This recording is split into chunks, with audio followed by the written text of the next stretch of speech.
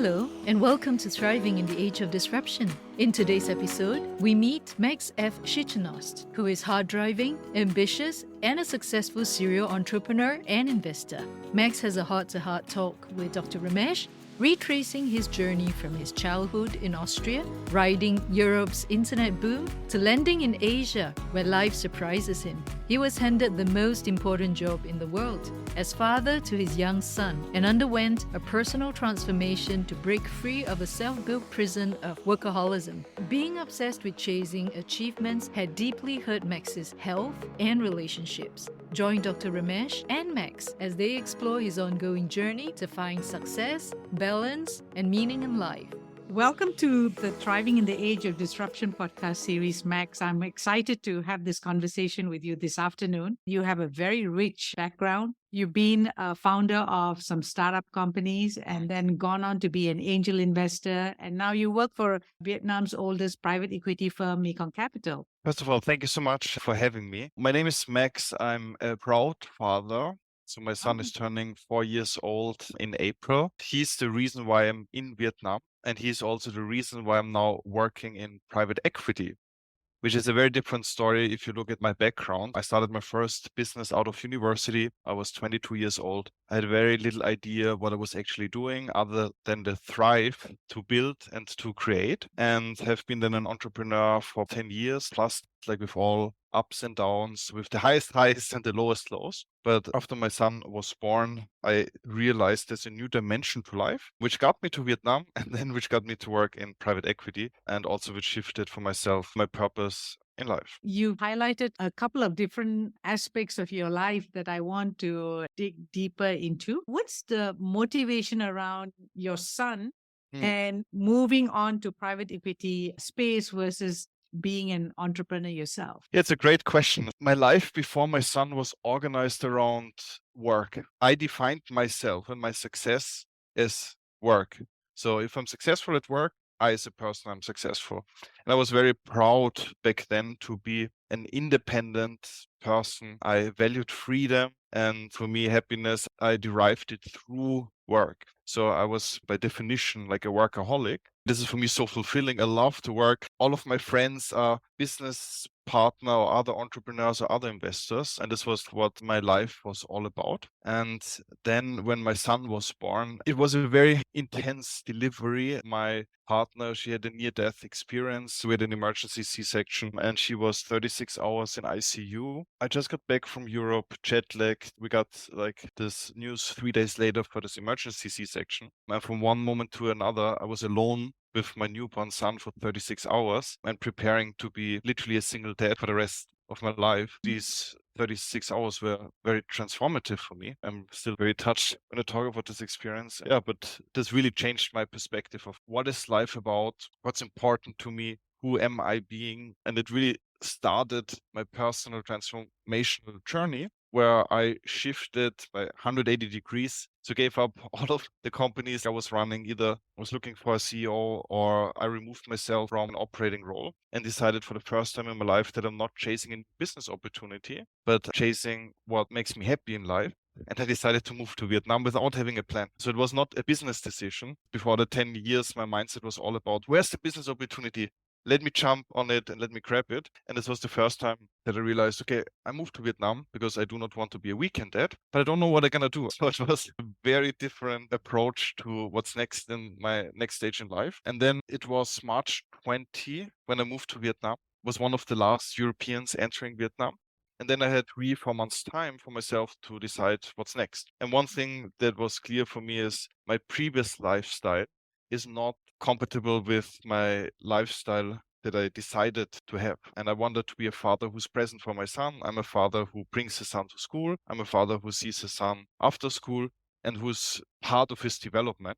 And this made me think, should I bring one of the businesses from Singapore, Southeast Asia to Vietnam, or should I start a new business, or should I just explore something new? I was intrigued, but also in a way surprisingly scared if I would join something versus starting something by myself. So I got introduced through a family friend to Mekong Capital, and I met with all of the partners. And surprisingly, there was such a good chemistry right from the beginning. I shared that I went through some personal transformation where I was very clear, what are my core values? What is my personal vision? What is my purpose? And I saw that the way of thinking was very much aligned with the way Mekong Capital as an organization is operating and is thinking. But there were obviously concerns because an experienced entrepreneur moving into a private equity company, which is doing an ontological approach, there were concerns that I might come with all of my baggage. There were concerns that I might not be a good coach. And also I had concerns, am I a good coach? Because it's very different being a CEO and running a business versus being on the sidelines and being a coach. And I did not have any actual working experience in Vietnam. So I also did not know, will it be effective and successful? Yeah, so we decided then that I start for 6 months as a consultant first. After 3 months, we know, okay, that's a marriage for life. Dating period is over. So I decided to join full time. And I assert this has been, next to moving to Vietnam for my son, the best decision in this point of my life. Wow, excellent. It's very interesting. I do have next to my desk 100,000 Vietnamese dong note, which was my very first trip to Southeast Asia. It was to Vietnam. Back then, the first time, this was in December 2011.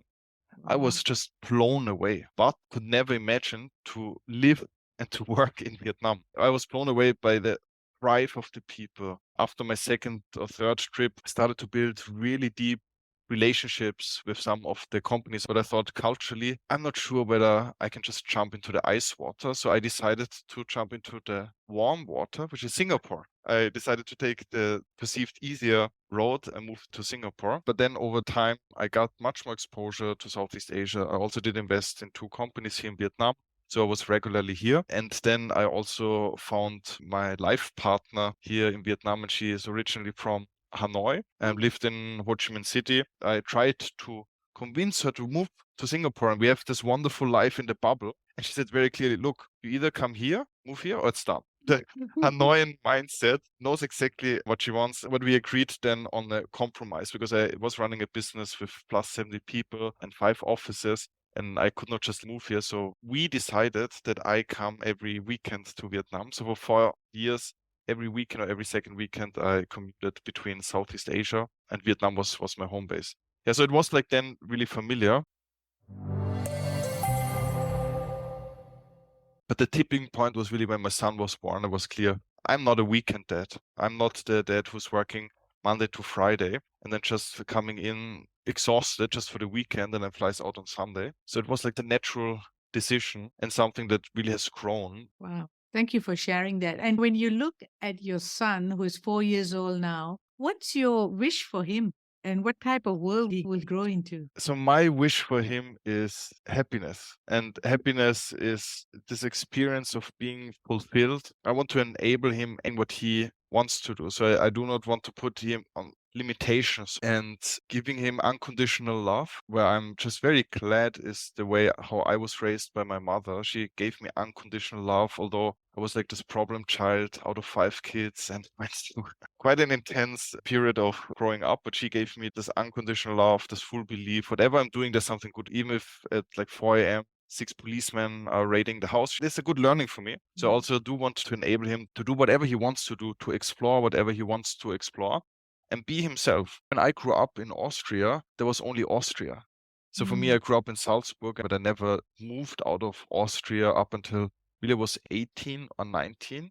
And once I got a scholarship to study in Canada, in Montreal, it opened my worldview and my mind to the extent I was not able to come back to Austria because I realized, oh, I lived in this small box thinking where I thought this is the world. What I want to enable my son is also to see the world, to experience the world. Yeah, and then to find happiness in whatever he chooses to do. That's excellent. And what does your partner do? So she is retired. She's on a Buddhist spiritual path. So she converted plus 1 year ago, and she has really dedicated her life to her spiritual development next to the family life. She's also a very impressive background story, coming from a very, very poor family. So she was 1 out of 12 kids, and she got a scholarship. And then she was also a founder of a big tech company here in Vietnam, but in 2014 retired. And ever since, she's just doing what she is really passionate about. And she's also my alter ego. When we got to know each other, she always said, look, Max, you always say you value freedom, but in fact, you've built your own prison and you are the prisoner of your own prison. I didn't see it. I just thought I'm involved in this business and that business and I love it. But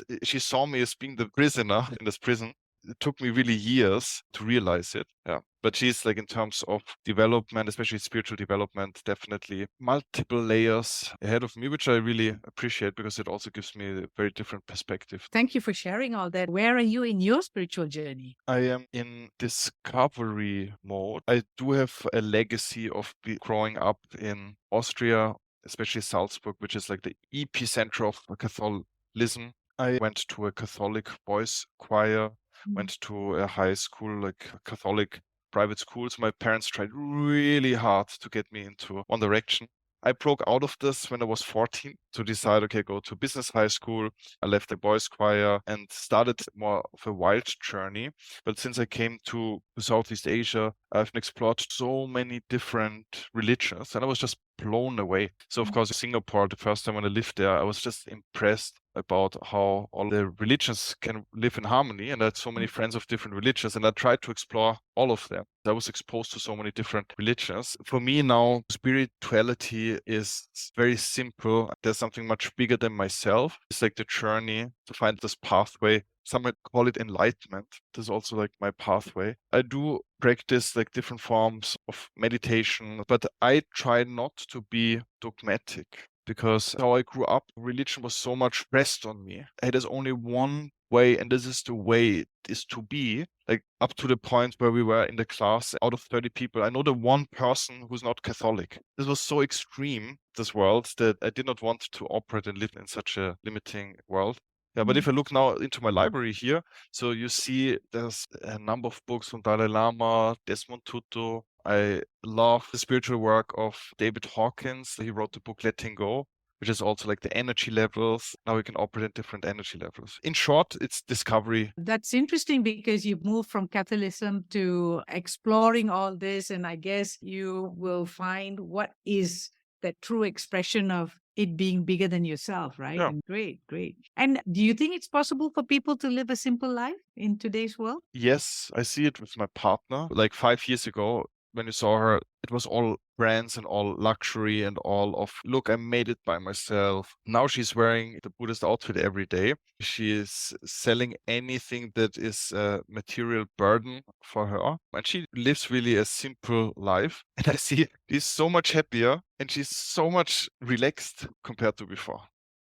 For me, simple life still takes effort. When I say effort, is just being surrounded. I'm also accountable through all of the noise for tech and digital that's around me to make really an effort that I have specific time slots where it's just myself and there's no device. Or for me, like this daily meditation or breathing, just like this morning.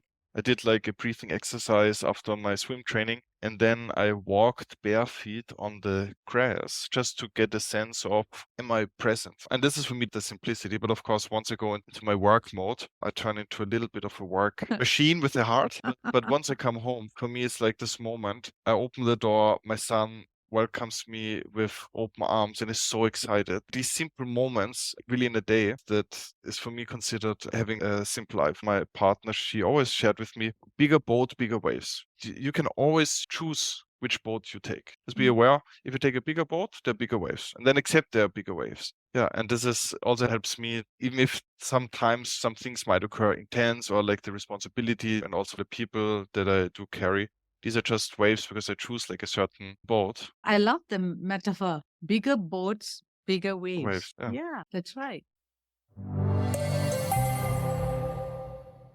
I wanted to have this conversation with you about entrepreneurship, and I divide it into two sections. Mhm. One is the mindset piece, and the other is the action piece. I classify the entrepreneurial mindset as a necessary mindset to have in today's world of disruption because it allows one to be resourceful, essentially being someone who can look at a problem, define what the real problem is so that you go to work on the right solutions. Number two is you are someone who knows how to manage the risk around that whole process and deal with uncertainty that comes along. Most importantly, also to be able to create value, not just for yourself, but for the stakeholders around you with whatever that you're trying to bring into reality. So that's the entrepreneurial mindset. Yeah. And then, of course, there are people who, like yourself, when you started at 22, you find an opportunity, like an idea, and you then decide, okay, you know what? I want to start my business. You've been responsible being a founder, co-founder of 22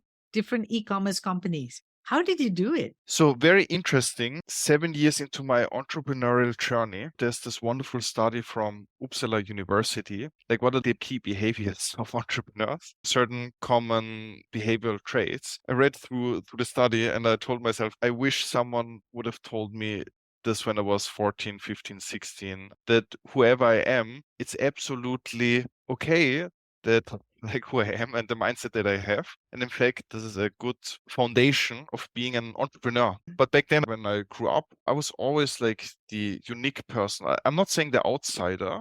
Everyone was drinking Coke. I was ordering Sprite. Everyone went to this high school of art and music, and I went to the business high school. Also, when I went to university, all of my study friends, and I was in a group of really driven people, but there were, in fact, only 3 career paths: consulting, investment banking, corporate.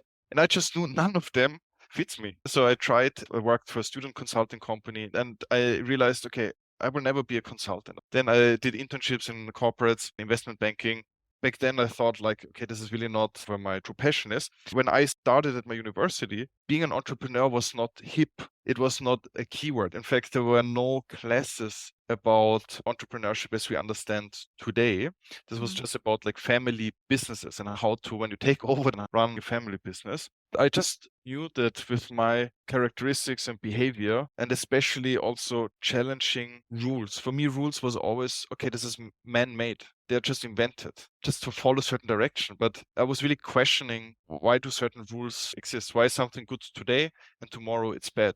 So who decides this? Which led me also to really had challenges with authority. Back then, I just thought, okay, I'm just an outsider. I'm just like very unique. And my mother always told me, it's totally fine. You're just so unique. You don't have to fit in. And that's why she's one of my role models. And especially in this period of 14 to 18 and everything that she had to endure. And she always saw just a positive in me. At home, we did not have any help also. So she was alone raising 5 kids who were very close in age. She always said, we need 5 nannies. 1 for the 4 kids and 4 just for you. I also had like too much energy and I did not know how to funnel this energy. So she got this master plan.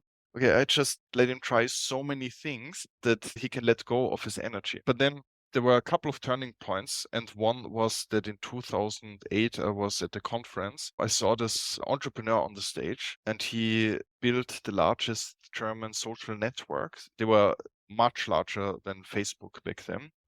And I was so inspired by his story and who he was being. He went to the top business school, worked for an investment bank, but after working 6 weekends in a row, delivering something that no one looked at, he said, I'm definitely not going to work for someone, so I will be my own boss. And I was so inspired by him. And then I went afterwards to the stage and asked him, what can I do to learn from you?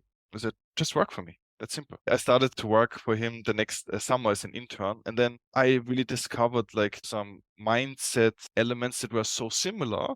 But I saw also he was the one who has really practiced it at a level that I aspired to practice. And this is like then really where my entrepreneurial journey started. And he played a very big role. And he was, in fact, for the very first business, my first business angel.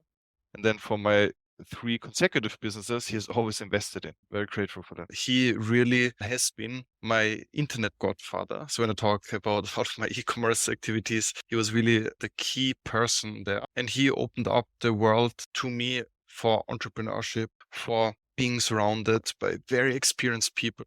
So thanks to him, I got to know back then the first generation of internet entrepreneurs in Europe.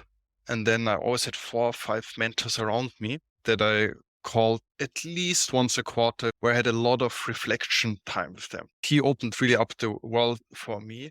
And he really let me explore things and always shared the craziness in my thinking, perhaps better put the possibility that is out there, because he was a real creator. So this was definitely a key factor. He was our first business angel in the business. And after we got acquired, he was also the first person I went to and shared with him, look, it's a great success. And I know people would love to potentially continue working for this big tech company, but it's not who I am. And this is not where I am fulfilled. And then he gave me a professional and a personal view. Back then I was then 24, and he said, look, you're young, you have very little to no responsibilities in your life at this stage. You have a form of financial freedom at your age that super majority of people don't have. Do whatever you want to do. And then ask him, what can I do to continue to work with you? And he said, okay, I can manage his portfolio in Southeast Asia. And then like a couple of months later, so I resigned from my positions and I started to be accountable for his portfolio companies in Southeast Asia. But I used this of being on the ground and getting to see, and this was back in 2012, how does e-commerce look like in Southeast Asia?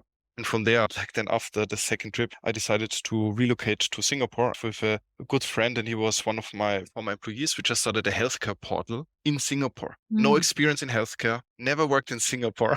We just had this business in Singapore. And it was like then continuously like that. At 24, to find that it was a moment where you had to decide what to do with your life. You have all the financial success. There is this two pathway. You can go and become an employee at Google Inc. because they acquired your company, or you could go on and continue to be a creator and be an entrepreneur. And what do you do? And for me, I had a similar situation. I had started my first technology company in 1999. And by 2021, from considering listing it in the Singapore Stock Exchange, I had liquidated it. And I was like, okay, what do I do now with myself? I go back and be an entrepreneur. And I never thought again about that conversation until last year when I was updating my book on entrepreneurship. Then I realized that my life in the last 20 years had been entrepreneurship as a way of life. I had worked for others. I've been an entrepreneur,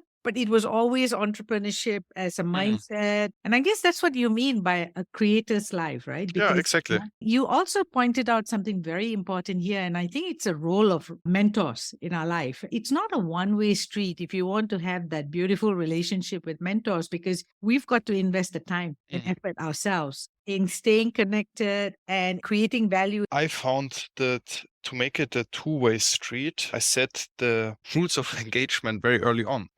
Firstly, I was looking for who's the best of the best. Then I asked my internet godfather, who's the best of the best in this area for being a great board member, as an investor, and he introduced me to them. And in the very first conversation, I shared to the person, look, I understand you are busy, you have a lot of other priorities, and this might be only like a small thing, but I also want to make it work for you. So how can I add value to you? And there were super interesting things. Some said, hey, I want to have more exposure to Southeast Asia. Share with me always what's happening on the ground. Okay, got it. So I took this on, and part of the conversation was not only what are the challenges that I face or where I want to get some input, but I shared what's happening on the ground. For example, for this one investor, he wanted to know how is the VC landscape developing? And this was back in 2014-15, where just the first smaller funds in Singapore started. Another person, he really wanted to know what are some players to look into in the e-commerce segment, having someone trusted on the ground. Once in a while, he sent me an introduction to someone and asked, can you meet this person for coffee? So I did a little bit of reference check, but some, they really just wanted to give back. And we defined some criteria, so that it's not just like a one-off and then it dies off, but that there's a continuation and something that we both work towards to, so that you can also participate in an upside. So this was really my common approach, that I was really looking for how can I add value. Very nice. Thank you very much for spending the time to elaborate on this. I want to move on to the next topic about having a crisis-ready mindset. Unfortunately, when you're in the crisis, in the thick of the moment, you have to make decisions. And it's often difficult because you're emotional, you're attached to the outcome. And somehow at the same time, you have to be able to step back to make a decision. Because if you don't make a decision, then things are just going to get worse. What have you found to be really useful for you in your life in dealing with crisis? I experienced major crisis. I managed the first one badly, and the second one luckily forced me in a way to get very professional support that I built this mindset in a form of resilience. Let me just share a little bit. The first one was 2015 and 16. I was engaged to a Singaporean. We just bought our apartment and I was full on the core business and I was engaged in 3 other businesses as well. As a co-founder or as an active member, but then the core business went completely sideways. Back then we had 3 offices and we were in a severe cash crunch. And I was then 3 or 4 months non-existent in any form of relationship, was super exhausted and I did not feel like the energy to spend any quality time after like all of the traveling like with this person. So we did not proceed with getting married and we had to go through the whole motion and I was just so exhausted and definitely I was not just dealing really with the root causes of it. And I just thought, okay, let's cut it off fast. There were already like a number of warning signs there, but I was not listening. And after this got over, from one day to another, I shifted my context. And then I said, I'm not sad and looking backwards. I saw, hey, what's the opportunity? I'm a free man. I can focus on the business and I can do what I want to do. But now in retrospect, this was really the first crisis, which led me then to the second one. From there, I went full steam ahead. I opened new offices. Then I started with my partner 2 more businesses. Then I started to get involved in real estate. So I did some real estate investments and I had then for 2.5, 3 years, 160 flights per year. So I was really on the move all the time. On top of this, I trained for the Ironman and I can only laugh about it without a coach. But I said, okay, I have a plan. I religiously follow it. But there were trips where I arrived in Hong Kong at 10 p.m. I was at the hotel at around 11 and I looked online. There was a gym open until 1 a.m. And I went there. I was really exhausted. I went full steam ahead. I know I only have 1 hour. So I go back and sleep, but then I was not able to sleep. So I started to self-medicate on sleeping pills. So I took like different kinds of sleeping pills. First, just like melatonin, and then build it up. And my body gave me already all of the warning signs. So I got like tinnitus out of the blue. Then the sleep issues, they got really major because I got in the evening then so pumped that I continued to work and I only stopped when I was physically exhausted. I did not stop when I really was not able to work. I went to bed, I was not able to sleep. So I took then one of the sleeping pills. It was slowly but truly downward cycle. And then I started to get anxiety, panic attacks, and so forth. And one night I can recall was one of these trips like to Hong Kong, business meeting, 4 a.m. I woke up and I thought I'd get a heart attack, then followed by a panic and anxiety attack. And then I flew back to Ho Chi Minh City and this was really where it was. My body said, it's enough. And this was really 5-6 weeks getting off the grid. So it was from 100% full on where I can be full on to 50%, 30%, 20%. I was physically exhausted, emotionally non-existent because I put everything emotional on the side. I was mentally empty, spirituality-wise, was really nothing there. But the difference there was I did have my life partner who was really there for me.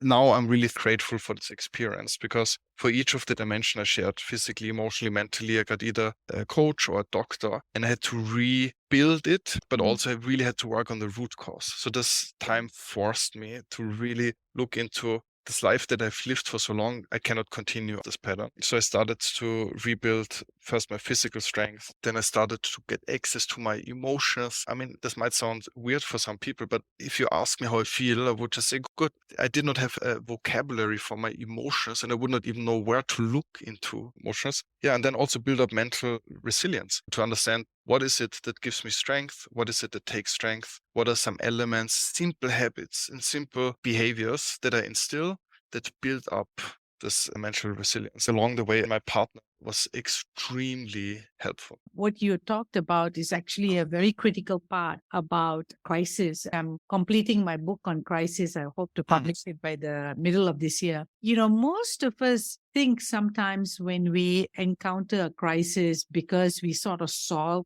the problem, that everything is fine.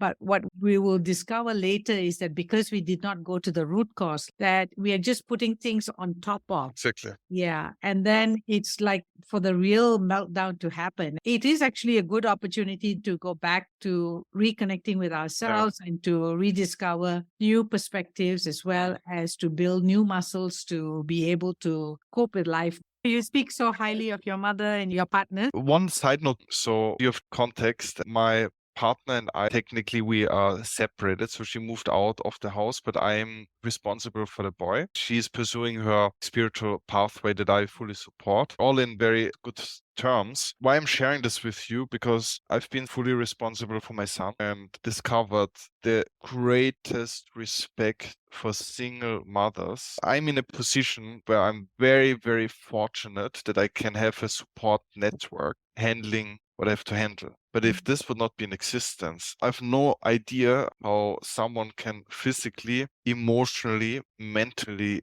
handle this. So this is really my greatest respect. If I now meet someone who shares with me they are single mothers, I cannot stop acknowledging them because it's really incredible. That's right. And thank you for sharing a very intimate aspect of your life, from the journey from your son's birth to the process of healing for both you as well as your partner, right? In terms of the life journey you've now taken on individually as well as collectively as parents to your son. It is unusual even in these times. So I'm sure that there are days when you just have yourself, just like being an entrepreneur, because Yeah. it's a lonely journey. Yeah. Just have yourself. Yeah. And we both value each other's freedom. For her, it's independence. For me, it's interdependence now. But she is still my life partner. So she knows that I love her. She's my family. I do also want her to be happy. It's very simple. That she finds her happiness. And she knows that I love her, who she's being and what she's doing. And she's a wonderful person, a wonderful mother. And we have found a way that works for both of us.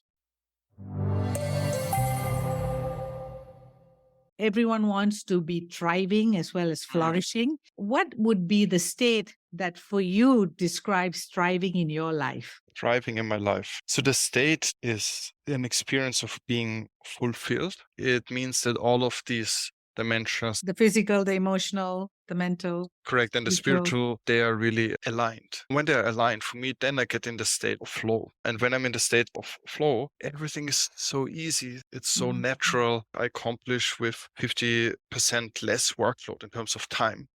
I accomplish more. This is only on the work side. I'm not talking about my relationships in life, the time I spend with my son, the time I spend for myself, my me time. This is for me really thriving. I also learned a couple of things along the way. What is for me needed to thrive in the world. And one element is the long-term multi-round game. In the past, I was trying to set very ambitious, impossible targets until I realized it's a multi-round game, and multi-round game long-term is like compounding interest. So in order for me to thrive, I invest in certain things like relationships. I call it time invest. This is reading, studying, exercise, or exploring. All of this is needed for me in order to really thrive. That's right. Oh, that's really beautiful. We have a definition in our work for what we call as sustainable success. A lot of people mistake our sustainability with ESG, but actually the definition that we take on is that it is the ongoing thriving of a living system. As human beings, we have so many subsystems. All these subsystems are interrelated and interconnected. And for us as a human being to flourish, we need all the other aspects to also be working together and flourishing. You are 37 years old. You've done so much in your life. Is there a bucket list? So my bucket list sounds contrary to what people might think is a bucket list. So my bucket list is simplicity. With simplicity, that I can be fully present. Before that, I've done so many things, traveled so much, put my hands in so many different businesses. I overstretched myself in so many dimensions. There are, of course, still things I want to explore, but it's not something that I enforce. If the time is right and I do want to be present for it, for me, it's really trying to simplify. And my daily bucket list are really three things. The first thing is that in the morning, I wake up my son, I bring him to school, I tell him I love him, and I tell him, you are perfect as you are. And I can feel he enjoys it, I enjoy it. And this is for me like how I start my day. The second one is, although we have coffee machines in the office, I get twice a day a coffee. But for me, the notion of getting out of the office, go for a walk, time to think, just taking very conscious breath, and then having a good coffee and taking one sip. This is like one of my daily items that I really enjoy. And the last one is spending in the evening time again with my boy and reading. So it's book time, 30 minutes, and he chooses the book. And it's usually not one book, it's typically 3 to 5 books that he's choosing.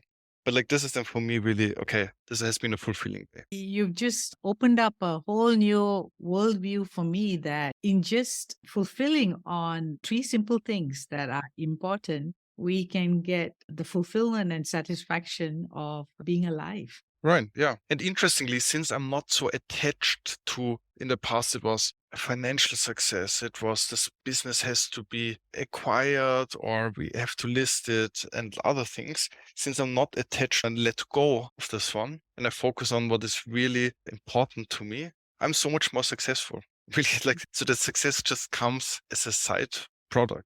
That's right. It's a huge byproduct of just being 100% focused and giving your all out, right? Yeah. You're working hard, but not just for the outcome. Yes. Yeah. It's also my own expectation setting because a bucket list creates a new expectation. And someone shared with me a quote, expectation equals to motivation minus perception. So if my expectation is high and I really want to achieve it, but then my perception of it, whatever I do, is not that high, then there's a gap there. And this gap dissatisfies me. Whereas if my expectation is non-existent in the best way, then anything I experience is just so much more fulfilling and great when I perceive it. Like I always wanted to go to Japan. There's this art island. I'm not sure if you've been there, like the Taoshima, Nishima. And the first time I had so high expectations that, wow, once in a lifetime, I have to be there as an art collector. But my expectations were so high. And then I thought, okay, it's just an island. That's it, really. And the second time when I went there, I really said, okay, I'm just there to see what I can discover. And same place, same location, but such a different experience. So this was really, really eye-opening. Wonderful. Yeah. Okay, great. I think we had an excellent conversation, very authentic and heartfelt. It's really a conversation to explore your journey in life and allow the listeners to see what they can take away, the gems from this conversation. Okay, great. I also want to acknowledge you. I feel it's a very comfortable setting. I feel, although we've not met in person yet, right? But I feel connected to you. Thank you for saying that. Our listeners are going to really enjoy what you have shared. So thank you so much, Max, for being open and to share your life with us. Great. Thank you so much. Thank you for joining Dr. Ramesh and Max today. It's touching to hear how Max has prioritized being the best father possible to his young son, and the personal and career growth he's experiencing as a result of that. If you're inspired by Max's entrepreneurial experience and interested to learn more about the entrepreneurial mindset, check out Dr. Ramesh's book, The Big Jump into Entrepreneurship 2.0. Simply click on the Amazon link provided in the podcast description. In addition, make sure you follow Dr. Ramesh on LinkedIn so that you'll get the latest insights from her and our amazing podcast guest speakers. Next up, we hear from another powerhouse in Vietnam, Ms. Jen Vu Hung, who is a writer, trainer, speaker, and coach with a mission to empower future leaders and change makers. Thank you for joining us today.